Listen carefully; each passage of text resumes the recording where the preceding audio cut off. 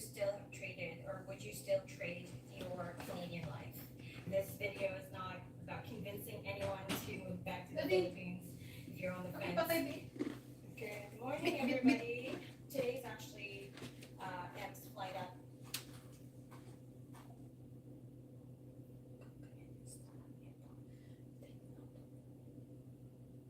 And the date today is February 23rd, 2:34 p.m. and that's how many all those snow. What?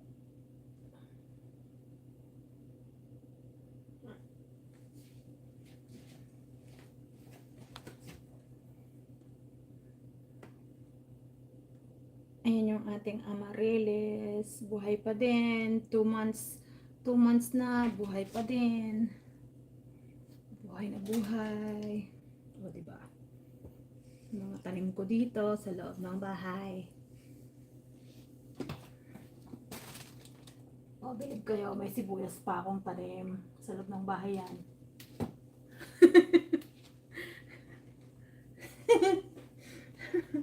Asan na yung ibang flower na ito? Ito naman, nabili lang sa store. Kasi sale, tapos na yung Valentine's Day daw. Kaya 50% na lang. Oh, diba? May $6 akong bouquet. Oh, half price.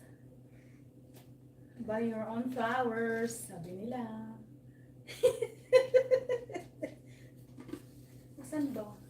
You have to mention that. No. Uh-huh. It's a saying nowadays. Yeah, but you have to mention that. No.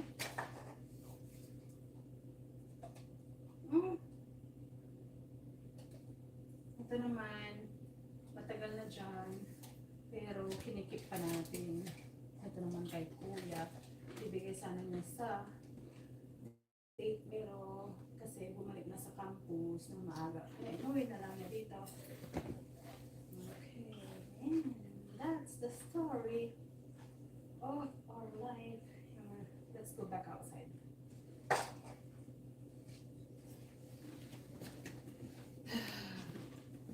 Alright. Init ah. Bakit kaya ako nainitan? Yan. Grabe. Sa labas. That's all. Dali. Yung flowers pala, yung tulips ni Baba Uti, no? Oh, local tulips. Binigay sa kanya. Minnesota grown daw. Ay, okay. Alright.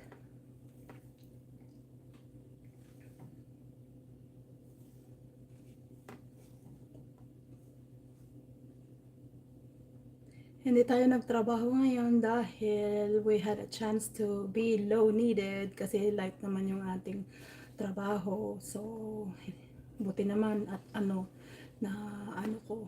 na kuha ko yon light day para safe tayo. Hindi tayo mag-drive sa snow. May paarap sa background. Ayan o. Sorry. Itsura ko dito. Alright, thanks for watching, folks. Na picture pa ako. Hindi pa ako nakakasaklay ko. Lumalabas na lahat yung puting buhok. Magkukulay tayo, ha? Maybe. Kung kukulayan ni Babautin ngayon. Okay. Oops. Yung kamay ko. Oh, bakit? Yung snow, ayan, oh, yung snow sa labas. Maraming nagpapala.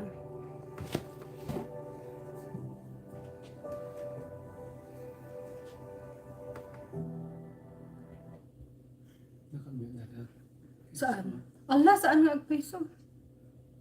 Pambihira.